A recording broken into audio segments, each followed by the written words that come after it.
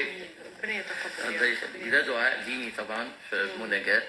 فطبعا في بعض اغاني معايا بتبقى ليها دعاء ديني، وفي اغاني دينيه عن الحج يعني وكده. وان شاء الله طبعا في غنوه للعيد. جانا العيد. تحت امرك. اتفضل. نقول حاجه برضو للشاعر جميل جدا استاذ طه سعيد، وانا بعتبره يعني من الشعراء الحمد لله الاصدقاء الجمال عندي زي استاذ اسامه يعني. فهنغني غنوه ليه اسمها القلب يهوى محمدا.